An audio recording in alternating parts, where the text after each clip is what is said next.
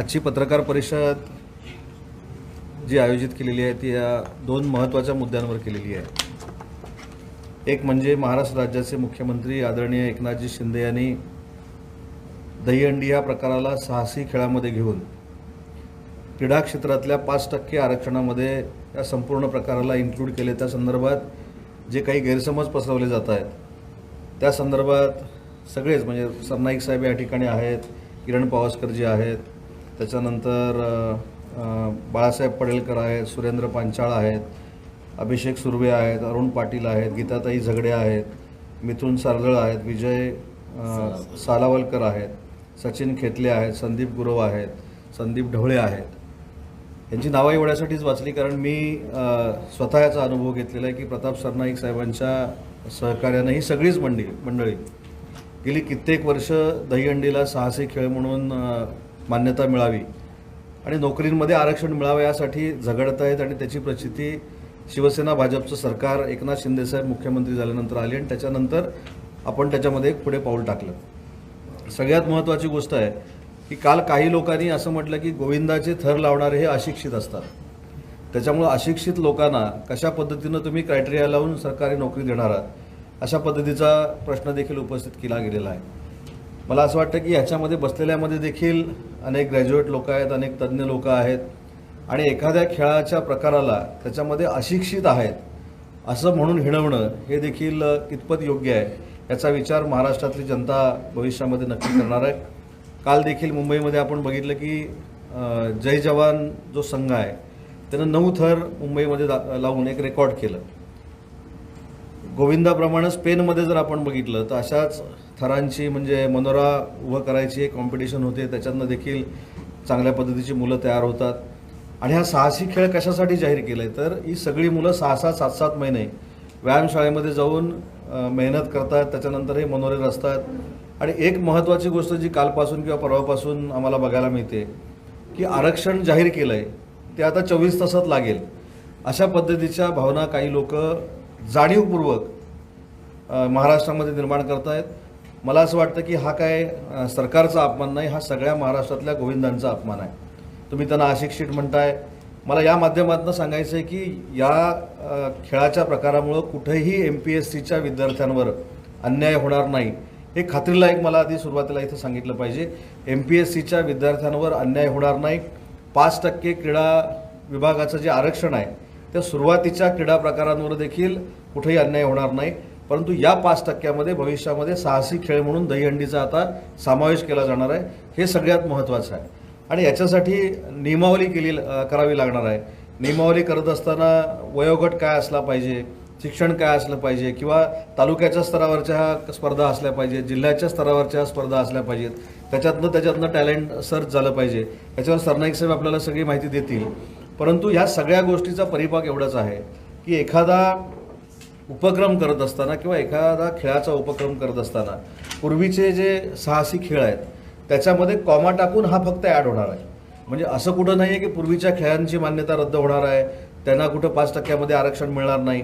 तर त्याच्यामध्ये मला तर अनेक लोकांचे फोन आले किंवा अनेक लोकांनी असं सांगितलं की आमच्याबरोबर आता साहसी प्रकारामध्ये दहीहंडीमधल्या गोविंदांना देखील समावेश केलेला आहे, त्यांना देखील न्याय मिळणार आहे म्हणून आम्हाला आनंद झाला आहे। जे पूर्वीचे साहसी खेळ करणारे जे स्पोर्ट्समन आहेत त्यांच्यामध्ये ही भावना निर्माण झाली आहे कारण ते खेळाडू आहेत आणि खेळाडू असेल तरच खेळाडू वृत्ती वाढीस लागते।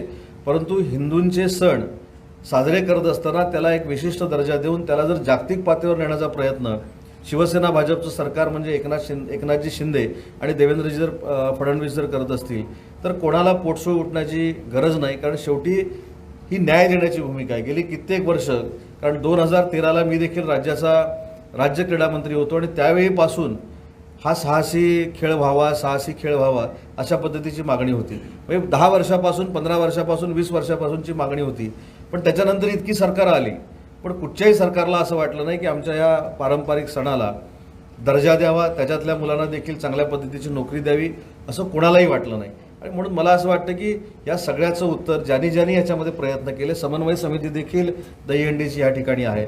आणि ज्यावेळी आपण समाजातल्या एका विशिष्ट घटकाला न्याय देण्याचा प्रयत्न करतो, एखाद्या सणाचं रूपांतर म्हणजे दही काल्याचं किंवा दहीहंडीचं रूपांतर जर आपण साहसी खेळामध्ये करून त्या पहिल्या 5% आरक्षण क्रीडा क्षेत्रामधलं जे आहे त्याच्यामध्ये जर इन्क्लूड आपण जर करणार असू तर कोणाला काय अडचण आहे हेच मला कळत नाही. कदाचित सरकार बदललं, एकनाथ शिंदेसाहेब मुख्यमंत्री झाले, उपमुख्यमंत्री देवेंद्रजी फडणवीस झाले, हे अजून काही लोकांना रुचलं नसल्यामुळं कदाचित ते आरोप प्रत्यारोप होत आहेत.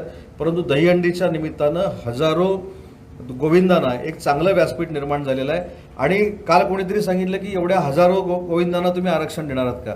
मला खरोखरच काही लोकांची क्यू करावीशी वाटते.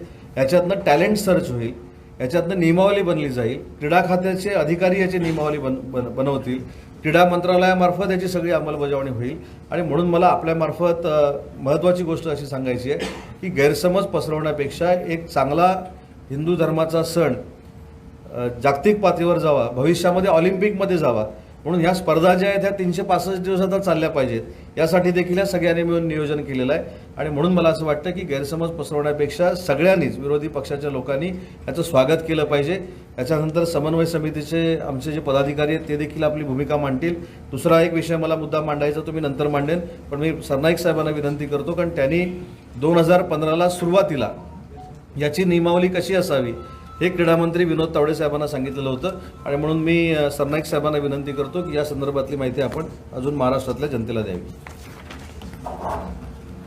राज्याचे मुख्यमंत्री आदरणीय एकनाथजी शिंदे आणि उपमुख्यमंत्री देवेंद्रजी फडणवीस, क्रीडा मंत्री आदरणीय गिरीशजी महाजन यांची मंत्रालयामध्ये बैठक झाली.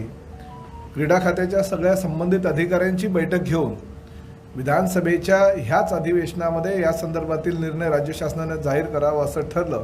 क्रीडा खात्याच्या सर्व अधिकाऱ्यांनी त्याला अनुमती दिली आणि मुख्यमंत्र्यांनी गिरीश महाजन यांच्याशी चर्चा करून परवाच्या दिवशी म्हणजे शुक्रवारी गुरुवारी अधिवेशनाच्या दरम्यान औचित्याच्या मुद्द्याद्वारे विचारलेल्या प्रश्नाला उत्तर देताना दहीहंडी हा साहसी क्रीडा प्रकारामध्ये समावेश जो झालेला आहे त्याच्या स्पर्धा प्रो गोविंदा पुढल्या वर्षापासून करण्यात येईल असं जाहीर केलं. आणि ज्याप्रमाणे कबड्डी आहे, खो खो आहे, कुस्ती आहे, ह्या खेळांमध्ये खेळाडूंना जे खेळ करतात त्यांना नोकरीमध्ये किंवा शिक्षणाचे इतर जे फायदे मिळतात त्यांच्याप्रमाणे त्यांना सुद्धा भविष्यामध्ये फायदा मिळू शकेल अशा प्रकारची घोषणा केल्यानंतर दुसऱ्या दिवशी गोविंदाचा सण होता. गल्लोगल्ली उत्सव जे होते त्या उत्सवामध्ये सगळे आमचे गोविंदा सहभागी झाले होते. राज्याच्या मुख्यमंत्र्यांनी अनेक ठिकाणी भेटी दिल्या, उपमुख्यमंत्र्यांनी अनेक ठिकाणी भेटी दिल्या आणि ह्या वर्षीचा उत्साह काही वेगळाच होता. आता माझ्याबरोबर समन्वय समितीची समस्त समन्वय समिती या ठिकाणी बसलेली आहे. आमच्या गीताताई झगडे पार्ले स्पोर्ट्स क्लबच्या, त्या गेल्या 25 ते 30 वर्षापासून ह्या गोविंदा खेळामध्ये स्वतःला त्यांनी झोकून दिलेलं आहे. बाळा पड्यालकर आहे. खरं मुंबईमध्ये बाळा पड्यालकर यांचं एवढं योगदान आहे ह्या गोविंदाच्या किंवा दहीहंडीच्या प्रकरणामध्ये की त्यांनी स्वतःला पूर्ण आयुष्य ह्या गोविंदासाठी झोकून दिलेलं आहे. भरत पाटील आहे किंवा संदीप ढवळे जो जय जवान गोविंदा पथकाचा कोच आहे. आज जय जवान ह्या गोविंदा पथकानं 2012 साली गिनीज बुकामध्ये नाव नोंदवलं आहे. किंबहुना 550 गोविंदा असलेलं ते एकमेव मंडळ आहे. 9 थराचा विश्वविक्रम 2012 साली केला, परंतु अजून दुसरा विश्वविक्रम खरं तर त्यांनी काल करायचा होता परंतु तो होऊ शकला नाही. परंतु 6 ठिकाणी 9 थरांची त्यांनी सलामी दिली.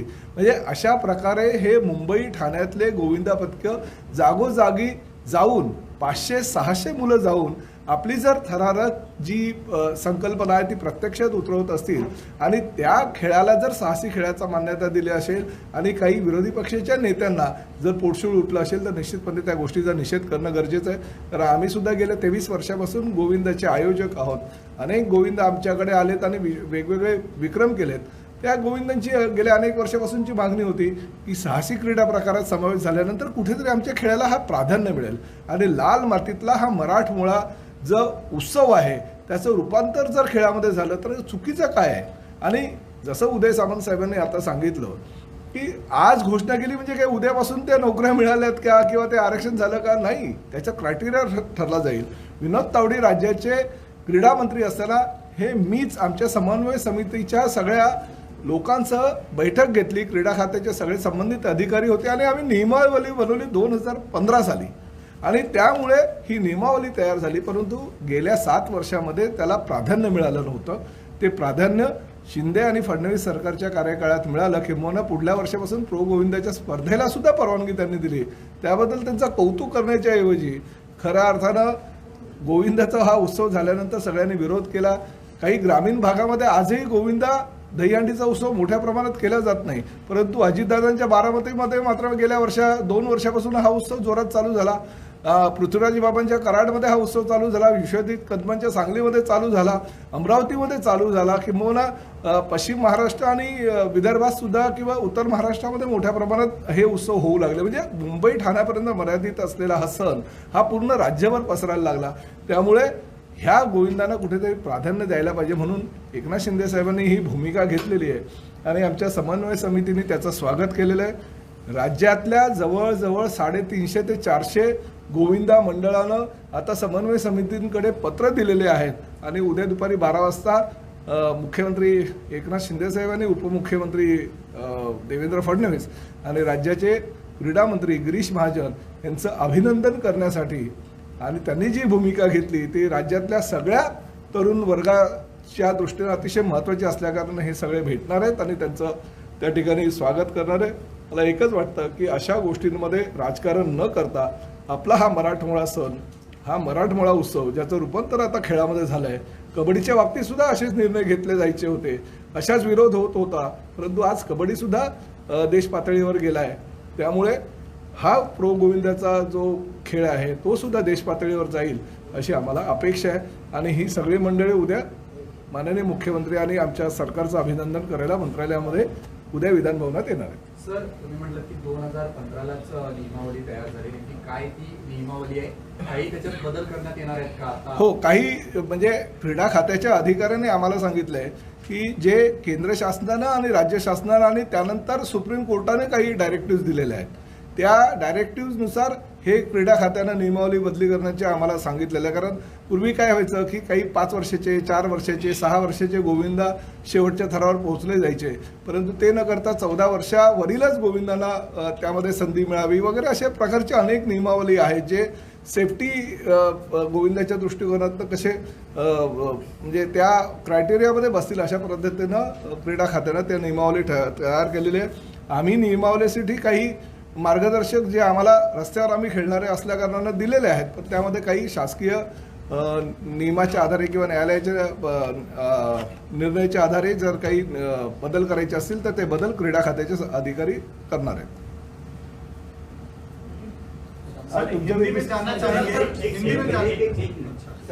उदय सर, जे गोविंदा परवाला जखमी झाले होते त्यांना अजूनही इन्शुरन्सच्या बाबतीत पूर्णपणे माहिती मिळाली नाही. ते हॉस्पिटलमध्ये आहे, परंतु अजूनही त्यांच्या कागदपत्राची पूर्तता झालेली नाही, त्यामुळे खर्च कोण करणार? नाही, त्या बाबतीतला निर्णय बाळा पड्यालकर जे आमचे समन्वय समितीचे प्रमुख आहेत ते सगळ्या गोविंदांशी संपर्कात आहेत.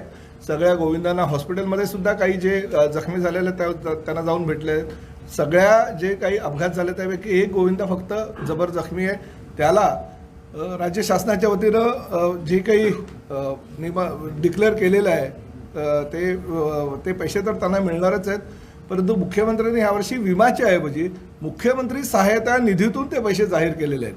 त्यामुळे ह्या वर्षी जे काही अपघात झालेत किंवा जे काही पैसे द्यायचे आहेत गोविंदांना ते मुख्यमंत्री सहायता निधीच्या आधारे मिळेल. आमची आताच चर्चा झालेली आहे. उद्या त्या संदर्भातल्या सुद्धा सगळे कागदपत्राची पूर्तता करून ते पैसे त्या गोविंदांना पोहोचले जातील. सामंत साहेब, आपण जर बघितलं तर काही वेळापूर्वी नितेश राणे यांना नाणार प्रकल्प वसी आहे त्याच्याकडे मी त्याच्यावर पण बोलतो, पण दुसरा एक महत्त्वाचा विषय तो फक्त एक आपल्याला ब्रीफ करतो आणि त्याच्यावर देखील बोलतो. नाही, समन्वय समितीच्या लोकांना काही बोलायचं असेल, गीता काय बोलायचं आहे? सुरेंद्र बाळा सुरेंद्र बोलतील. तुला बोलायचं सध्या? नमस्कार पत्रकार हो. मला वाटते उदय सामंत सरांनी आणि प्रताप सरनाईक सरांनी एकदम ब्रीफ माहिती दिलेली आहे, परंतु समन्वय समिती महाराष्ट्राच्या संपूर्ण गल्लोगल्लेतल्या गोविंदासाठी लढणारी समन्वय समिती आणि महाराष्ट्राचा दहीहंडी सण जो प्राचीन परंपरा आहे तो टिकवण्यासाठी लढणारी समन्वय समिती आणि आम्ही सगळे आमचे पदाधिकारी आमच्या सगळ्यांची एकच भूमिका आहे. आमच्या मागे अनेक नेते अनेक मार्गाने उभे राहिलेले. समन्वय समितीचा उद्देश एकच आहे, महाराष्ट्रातले सण हे टिकावे, त्यामध्ये दहीहंडी प्रामुख्याने आहे, नंतर गणेशोत्सव आहे, नवरात्र उत्सव. कारण ही सगळे करणारी जी आहे तरुणाई आहे, ही तरुणाई ही पुढे हे राज्य चालवणार आहे, हा देश चालवणार आहे. आमचा मुद्दा फक्त एकच आहे, कोणत्याही गोष्टीचं राजकारण या दहीहंडी ही एक मटकं असतं, त्या मटक्यामध्ये दही असतं, श्रीकृष्ण परमात्म्याचं त्याच्यामध्ये आशीर्वाद असतो, एवढंच त्याच्याकडे पाहावं. आणि ह्या मुलांची जी तरुणाईची जी जिद्द आहे खेळाकडे बघण्याची, त्या दृष्टीने सगळ्यांनी पाहावं अशी आमची सगळ्यांची इच्छा आहे.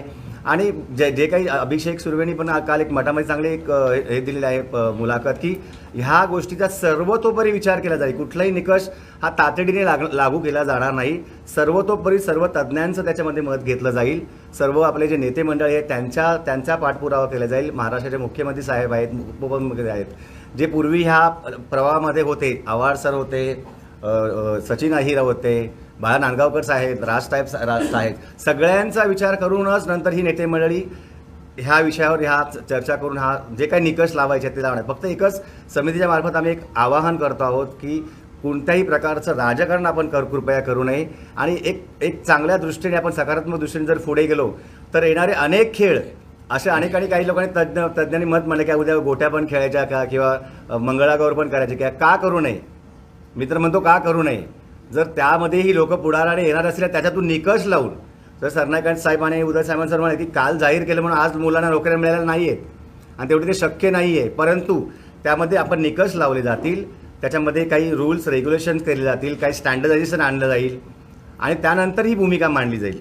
आणि अभिषेक सुर्वेने एक क्लिअर, आमचे जे कायदे सल्लागार आहेत त्यांनी क्लिअर मांडलेलं की आम्ही समिती म्हणून कुठल्याही क्रीडा क्षेत्रावर अन्याय करू देणार नाही.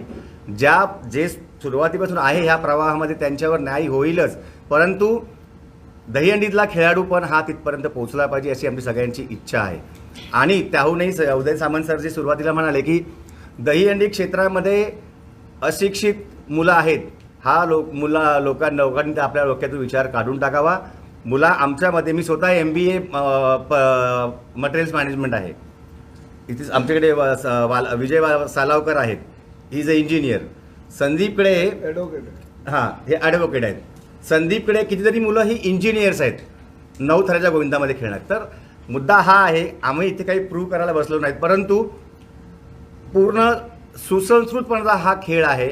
तर आमची सर्व समितीच्या वतीने सगळ्यांना विनंती आहे, जनतेला विनंती आहे, सर्व नेत्यांना विनंती आहे, काही विश्लेषक आहेत त्यांना विनंती आहे, कृपया आपण एक सकारात्मक दृष्टीने जर ह्या दहीहंडीकडे पाहिलं तर आपल्याला पुढच्या काही वर्षामध्ये ऑलिम्पिक्समध्ये, आता हा खेळ तर स्टेडियममध्ये आपण घेऊन जाणारच आहोत. माननीय मुख्यमंत्री, उपमुख्यमंत्री साहेब आहेत, सरनाईक साहेब आहेत, उदयन साहेब सामंत आहेत, सगळ्यांच्या आशीर्वादाने आपण पुढे जाणारच आहोत. परंतु काही वर्षाने हा जर खेळ ऑलिम्पिकमध्ये गेला तिथे आपल्याला कमीपणा वाटतं का म्हणा की आपला भारत का नाही, त्याची ही पूर्वतयारी आहे असं सगळ्यांनी समजावं आणि एक सकारात्मक दृष्टीने सगळ्यांनी पाहावं अशी सगळ्यांना हात जोडून विनंती. बरोबर सर हिंदी में ब्रीफ कर दीजिए. नाही, हा एक विषय जरा दुसरं हे यांचा एक विषय होऊ द्या, नंतर हिंदीत. नाही, सगळ्यांची इच्छा एवढीच आहे की क्रिकेटला जसा जन्म इंग्लंडमध्ये मिळाला, हॉकीला जसा जन्म इजिप्तमध्ये मिळाला, तसा प्रो गोविंदाचा जन्म भारतामध्ये होऊन तो जगभर पसरावा ही सगळ्यांची इच्छा आहे. त्याच्यामुळे कोण कुठच्या पक्षाचे म्हणून बसतील नाही, सगळ्यांचा पक्ष गोविंदाच आहे, बाकी काही नाही. दुसरा एक महत्त्वाचा विषय आहे की आज मुख्यमंत्री महोदयांच्या घरावर काही लोकांनी काँग्रेसतर्फे कारशेडच्या बाबतीमध्ये मोर्चा नेलेला होता आणि त्या संदर्भामध्ये मी देखील काँग्रेसच्या काही नेते मंडळींशी चर्चा केलेली आहे. त्यांना देखील मी सांगितलं की या बाबतीत तुमचा जर काही गैरसमज असेल तर स्वतः मुख्यमंत्री उपमुख्यमंत्री दूर करतील अशा पद्धतीचा संदेश त्यांना देखील दिलेला आहे. परंतु एक महत्त्वाची गोष्ट आपल्यामार्फत जनतेला कळली पाहिजे की नॅशनल पार्कमध्ये सगळी जमीन जी आहे ती 12,000 हेक्टर आहे, म्हणजे जवळजवळ 30,000 एकर आहे. त्याच्यातली आरे कॉलनी ही 1,300 हेक्टरची आहे, म्हणजे जवळजवळ 3,225 एकर आहे आणि त्याच्यातली 30 हेक्टर जागा म्हणजे 225 एकर जागा ही आपण कारशेडसाठी वापरणार आहोत. मग कारशेडसाठी वापरण्याचं कारण काय, तर कांजूरला जी कारशेड जाहीर केलेली होती त्याच्यानंतर अनंत अडचणी आल्या आणि ते काय 3-4 वर्षामध्ये होऊ शकलं नाही. पर्यावरणपूरक म्हणजे पर्यावरणाला कुठचीही बाधा न पोचता ही कारशेड जी आहे ही आरे कॉलनीमध्ये करण्याचा निर्णय ज्यावेळी झाला त्याच्यामध्ये काही मुंबईकरांसाठी महत्त्वाच्या गोष्टी आहेत. आज आपण ट्रॅफिकचा उल्लेख करतो, आज आपण प्रदूषणाचा उल्लेख करतो, आज आपण अन्य काही गोष्टींचा उल्लेख करतो. ज्यावेळी मेट्रोच्या सगळ्या लाईन सुरू होतील त्यावेळी 17 लाख मुंबईकर हे मेट्रोमधनं प्रवास करणार आहेत आणि कार शेड नसल्यामुळे हे मेट्रोचं काम आता उशीर होतं आहे की काय, अशा पद्धतीची एक शंका सगळ्यांच्याच मनात, म्हणजे शासनाच्या, प्रशासनाच्या आणि मुंबईकरांच्या मनामध्ये देखील आहे. आणि प्रदूषण दूर करायचं असेल तर मेट्रोची लिंक जी आहे ही मुंबईमध्ये सुरू होणं काळाची गरज आहे. आणि म्हणून जो मोर्चा नेलेला होता किंवा नेणार आहेत त्यांना मला विनंती करायची आहे की याच्यातला संपूर्ण जो गाभा आहे तो समजून घेण्याची गरज आहे. त्या संदर्भात माझं त्यांच्या काही नेतेमंडळींची चर्चा झालेली आहे. मुख्यमंत्री महोदयांची, उपमुख्यमंत्री महोदयांची ते आता चर्चा करतील. परंतु गैरसमज दूर करण्यासाठी स्वतः उपमुख्यमंत्र्यांनी देखील सांगितलेलं आहे की जे NGOज आहेत किंवा पर्यावरणवादी आहेत त्यांच्या बैठका घेतल्या जातील. त्यांचं जर काय त्याच्यामध्ये शंका असेल किंवा अन्य काही गोष्टी असतील तर त्यांचं देखील निरसन केलं जाईल. परंतु एखाद्या गोष्टीसाठी इगो न करता ही कारशेड आरे कॉलनीमध्ये झाली पाहिजे, यासाठी मुंबईकरांनी देखील शासनाला सहकार्य केलं पाहिजे असं आमचं मत आहे. आणि म्हणून पर्यावरणाचा ऱ्हास व्हायला न देता ही कारशेड उभी करण्याची जबाबदारी महाराष्ट्र शासनाची आहे, हे मला शासनाच्या वतीनं आपल्याला सांगितलं पाहिजे. सांगा ना कुठचा. सर, निलेश राणे आज नाणार रिफायनरी, रत्नागिरी रिफायनरी परिसरात गेले असताना त्यांचा ताफा अडवण्यात आला आणि निरीक्षणाला देखील कडाडून विरोध स्थानिक प्रकल्पग्रस्त वासियांनी केला. यावरती आपली प्रतिक्रिया काय? कारण आपण सातत्याने आग्रही होता, तुमच्या विरोधात देखील घोषणाबाजी केली गेली. एक महत्त्वाची गोष्ट आहे की रत्नागिरी जिल्ह्यामध्ये रिफायनरी ही नाणारमध्ये होणार होती आणि नाणारमध्ये रिफायनरी नको हा तिथल्या स्थानिकांनी उठाव केल्यानंतर तिथली रिफायनरी रद्द करण्यात आली. आता बारसूला रिफायनरी व्हावी हे पत्र माजी मुख्यमंत्री आदरणीय उद्धव ठाकरे साहेबांनी दिल्ली सरकारला लिहिलेलं होतं. त्याच्यानंतर ही प्रोसिजर सुरू झालेली आहे. तिथले स्थानिक आमदार जे आहेत राजन साळवी यांचा देखील रिफायनरीला पाठिंबा आहे. स्थानिक लोकप्रतिनिधींनी रिफायनरी व्हावी अशा पद्धतीची भूमिका मांडलेली आहे. निलेश राणेंनी देखील मला असं वाटतं की रिफायनरीचं समर्थन केलेलं आहे. काल ज्यावेळी मला ह्या सगळ्या गोष्टी कळल्या त्यावेळी मी त्यांना सांगितलं की ह्याच्यामध्ये स्थानिकांचा फार मोठा दोष आहे अशातला भाग नाही. काही बाहेरचे NGOज जे आहेत ते येऊन त्या स्थानिक लोकांमध्ये गैरसमज पसरवण्याचा प्रयत्न करत आहेत. त्याच्यामुळं अशी यंत्रणा प्रशासनानं उभारली पाहिजे की कुठच्याही परिस्थितीत तिथं गैरसमज निर्माण होता कामा नये आणि जे स्थानिकांचे गैरसमज आहेत हे दूर करणं गरजेचं आहे. आता शेवटी एखादा प्रकल्प नको म्हणून माझ्यावर टीका केली जाईल, राजन साळींवर केली जाईल, निलेश राणेंवर केली जाईल, हा एक तिथल्या संघर्षाचा भाग झाला. परंतु तो संघर्ष भविष्यामध्ये होणार नाही याची जबाबदारी शासन म्हणून आम्ही स्वीकारणार आहोत. कालच मी आमचे CEO, प्रधान सचिव, पोलीस अधीक्षक रत्नागिरी, जिल्हाधिकारी यांना स्पष्ट सूचना दिलेल्या आहेत की याच्यामध्ये ग्रामस्थांवर कुठचीही कारवाई करण्यापेक्षा किंवा ग्रामस्थांना कायदेशीररित्या अडचणीत आणण्यापेक्षा तिथं जनजागृती झाली पाहिजे. त्या सगळ्या रत्नागिरी जिल्ह्यातल्या ज्या भगिनी आहेत त्या स्थानिकच आहेत, त्यांचा गैरसमज दूर केला पाहिजे. त्यांना जर आता सर्वे नको असेल तर तो थांबवण्याच्या सूचना देखील मी वेळ पडल्यास प्रशासनाला देईन. परंतु तो गैरसमज दूर करण्याची जबाबदारी ही आमची आहे. आणि बेरोजगारी दूर जर होणार असेल तर त्या संदर्भातलं काय नक्की धोरण आमचं शासनाचं आहे ते आम्ही स्थानिकांना पटवून देऊ.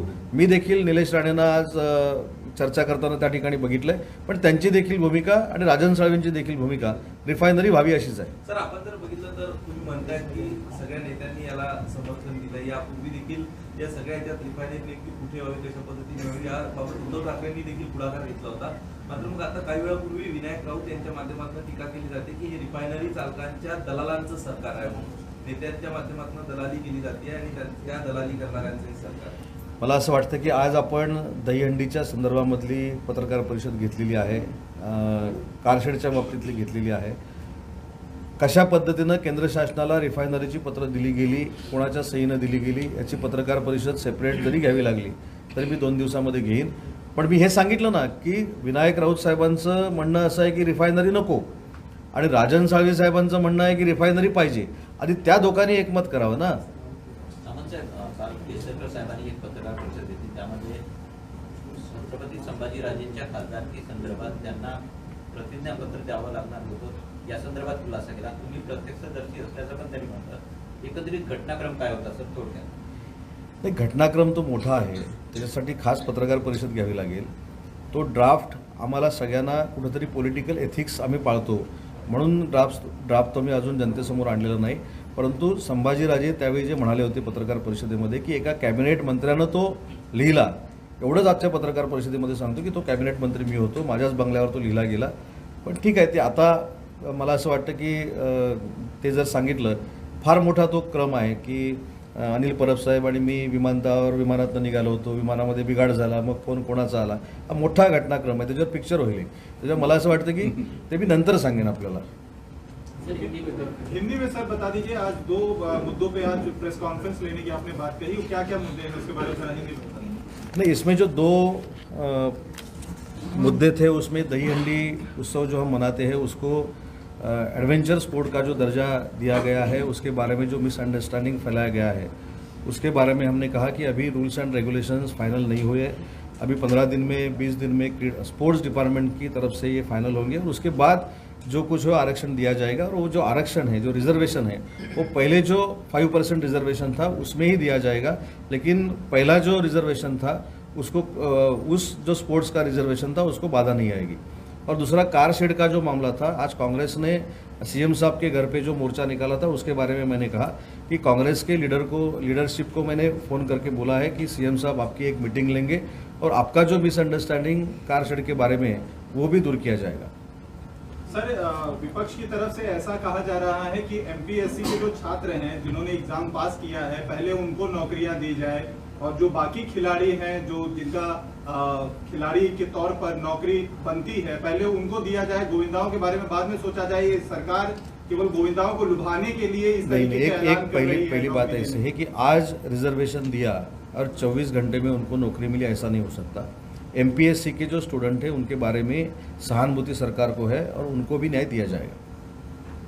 सर, नानार रिफाइनरी को लेकर वहां पर नीलेश राणे आज सुबह गए थे, वहां पर काफी ज्यादा गांव के लोगों ने विरोध किया था. आप भी वहां से आते, उनका ही कहना है कि अगर आप भी वहां पर जाएंगे तो आपका भी विरोध किया जाएगा. इसको किस तरीके से देखते हैं, क्योंकि ये विवाद काफी लंबे समय से चलता चला आ रहा है और बीच का रास्ता कहीं निकलता हुआ दिखता है. पहले वाली रिफाइनरी जो थी वो नानार में थी. अभी माजी मुख्यमंत्री उद्धव ठाकरे साहब ने जो लेटर लिखा था सेंट्रल गवर्नमेंट को, उसमें दिया है कि बारसू में किया जाए. तो बारसू में ये सर्वे चालू था, बारसू में ये इंसिडेंट वहाँ हो गया है नीलेश राणे के साथ. तो मैंने कलेक्टर को भी बोल दिया है कि वहाँ का जो मिसअंडरस्टैंडिंग है वो भी निकालना चाहिए और अगले कुछ दिनों में मैं खुद जाके वहाँ मीटिंग लूँगा.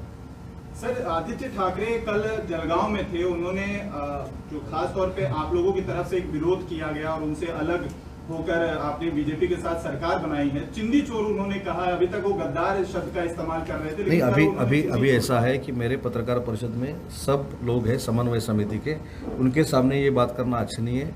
सेपरेट प्रेस कॉन्फ्रेंस लेके जो कुछ गद्दार, वो जो 3-4 शब्द प्रयोग है, गद्दार, बाडगे, भड़गुंजे, ऐसा वैसा जो है, उसके बारे में हम क्लियर करेंगे. लेकिन आज सब समन्वय समिति के दहीहंडी के लोग हमारे साथ हैं, उसके बारे में बोलना उचित नहीं. मात्र जी गर्दी आदित्य ठाकरेंच्या सभेला होते, यावरनं आदित्य ठाकरे यांच्या माध्यमातून किंवा उद्धव ठाकरे गटातील शिवसैनिकांच्या माध्यमातून सातत्यानं आदित्य ठाकरेंची स्तुती केली जाते आणि शिंदे गटाला कमी लेखलं जात आहे. गर्दीवरनं आदित्य ठाकरेंच्या सभेला होणार आहे. गर्दीबरोबर दर्दी पण असावे लागतात. आपण नंतर बोलू ना आता, कारण ह्यांनी कसं सांगितलं की सर एक लास्ट क्वेश्चन. सर, आप लोग की जो नई गवर्नमेंट फॉर्म की आप लोगों ने काफी अलग अलग प्रोविजन लाए सबका हित देखते हुए, लेकिन सर प्रीवियस जो गवर्नमेंट थी उसमें कुछ नेशनल एजेंसीज है सीबीआई, उन्हें अलाउ नहीं किया जाता. तो क्या उस पर भी कुछ चर्चा की गई है कि आगे जाके? मैडम, आज प्रेस कॉन्फ्रेंस जो है वो दहीहंडी और कार शेड की है, उसका जवाब हम देंगे ना, कल देंगे. कल से सेशन वापस शुरू हो रहा है, कल देंगे ना. एक गोविंदाचा प्रश्न आहे, जो 14 वर्षाचा जो गोविंद असतो तो शेवटच्या ठराव असतो दहीहंडी फोडायला. त्याने उद्या जर नोकरीचं अपील केलं किंवा त्याच्या कुटुंबाकडून जर अर्ज आला तर त्याच्या नोकरीचं कसं करणार? हाच महत्वाचा मुद्दा आहे. 14 वर्षाचा मुलगा नोकरी करेल का? नाही, हाच महत्वाचा. नाही, एक मिनिट त्याला काय 18 वर्षानंतर एक मिनिट आपण असं त्या 14 वर्षाला किंवा त्या गोविंदाला टार्गेट करून काही नको बोलूया. मी तुम्हाला त्याचं उत्तर देतो ना शांतपणानं. याच्यामध्ये काय, 14 वर्षाचा मुलगाला नोकरी द्यायची आहे, 12 वर्षाची द्यायची आहे की जन्मलेल्या मुलाला द्यायची आहे, ही नियमावली तयार होते ना. ती नियमावली तयार होईल. त्याच्यामध्ये ह्यांनी स्पष्ट मगाशी असं सांगितलं की नुसती समन्वय समिती नाही, जे तज्ज्ञ आहे त्याच्यातले, या तज्ज्ञांशी चर्चा करून 2015ला ऑलरेडी नियमावली तयार केलेली आहे. नियमावली म्हणजे सरनाईक साहेब असं बोलले का की 14 वर्षाचा गोविंदा तिथं वर हंडी फोडल्यानंतर त्याला नोकरी देऊ, ते असं म्हणाले की की लहान गोविंदा तिथं गेल्यानंतर सुरक्षतेच्या दृष्टीनं अतिशय अडचणी निर्माण होतात, म्हणून 14 वर्षाची अट त्या ठिकाणी घातलेली आहे. त्यांनी असं कुठेही म्हटलेलं नाही की 14 वर्षाच्या मुलाला आम्ही नोकरी देणार आहोत. माझं म्हणणं आहे की मला आपल्याला देखील एक विनंती करायची आहे की अशा पद्धतीचा एखादा निर्णय जर सर्वसामान्य मुलांसाठी होत असेल तर त्याचं समर्थन आपण देखील सगळ्यांनी केलं पाहिजे. तुमच्या सूचना सांगितल्या पाहिजेत, त्या सूचनांमध्ये नक्की विचार केला जाईल ना. आणि म्हणून आज कुठचाही नियम ठरलेला नाही. कुठेही उद्या 24 तासामध्ये आता काल ह्यांनी 9 थर लावले म्हणून त्यांना बोलून तुमच्यातली 4 पोरं द्या तुम्हाला नोकरी देतो असं काही मुख्यमंत्र्यांनी सांगितलेलं. त्यासाठी नियमावली असेल, स्पर्धा घ्याव्या लागतील, ज्याचा उल्लेख सरनाईक साहेबांनी केला प्रो गोविंदा नावानं, त्या घेतील आणि त्याच्यानंतर एक एक टप्पा पुढे जाऊ ना आपण. सर, कल जो गोविंदा की जो दही हांडी का आयोजन हुआ था उसमें कुछ करीबन 30-40 जो है गोविंदा इंजर्ड हुए हैं जिनका इलाज इस समय चल रहा है, तो उनके इलाज का खर्चा कैसे दिया जाएगा और उनको जो इंजरी होने पर ऐलान किया गया था सीएम की तरफ से मुआवजा देने के लेकर वो कैसे? समन्वय समिति के पास सभी जो एंजॉयड गोविंदा है उनका डिटेल आ गया है. हमारे समन्वय समिति के लोग अस्पताल में जाके भी उनको मिल के आए, उनके फैमिलीज को मिल के आए. इस साल बीमा संरक्षण तो नहीं दे सकी सरकार, मगर माननीय मुख्यमंत्री महोदय ने मुख्यमंत्री सहायता निधि से कुछ चीज़ों का ऐलान किया था गुरुवार के दिन. उसमें 10 लाख, 7.5 लाख और 5 लाख ये सहायता देने का उन्होंने आश्वासन दिया था. उस तरह से मैंने आज ही समन्वय समिति के लोगों से ऐसा कहा है कि पूरे डॉक्यूमेंट्स, समन्वय समिति का एक लेटर, जो गोविंदा जिस गोविंदा पथक में होगा उसका एक लेटर और हॉस्पिटल के सब कागजात मुख्यमंत्री सहायता निधि के जो हमारे ऑफिसर्स हैं उनके पास पहुंचा देंगे आप. तो जल्दी से जल्दी वो आपको जो डिक्लेयर हो गई या जो घोषणा हो गई उसके मुताबिक आपको पैसा मिलेगा.